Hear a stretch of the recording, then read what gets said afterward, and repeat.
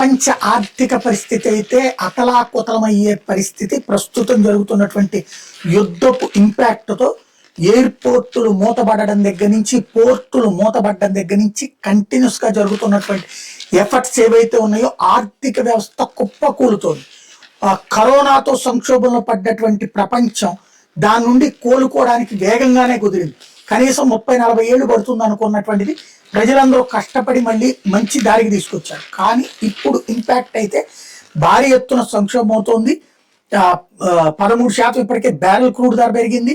Hormuz జలసంధిలో ట్యాంకర్ల మీద Iran దాడుల impact చమురు గ్యాస్ సరఫరాకు అంతరాయం ఏర్పడడంతో క్రూడ్ రేట్ ఇప్పటికే $80 100 కూడా పెరిగేటటువంటి పరిస్థితి ఉంది.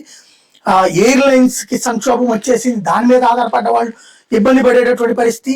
పరిశ్రమలు, ఉపాధి అవకాశాలు, ఉద్యోగ అవకాశాలు అన్ని యుద్ధం గనక యథాతథంగా ఇలాగే కొనసాగితే, లైక్ రష్యా ఉక్రెయిన్ మధ్య 4 ఏళ్లు సాగినట్టు ఇక్కడ కూడా గనక నెలల తరబడి సాగిందా ప్రపంచ ఆర్థిక వ్యవస్థ కుదేలైపోతుంది.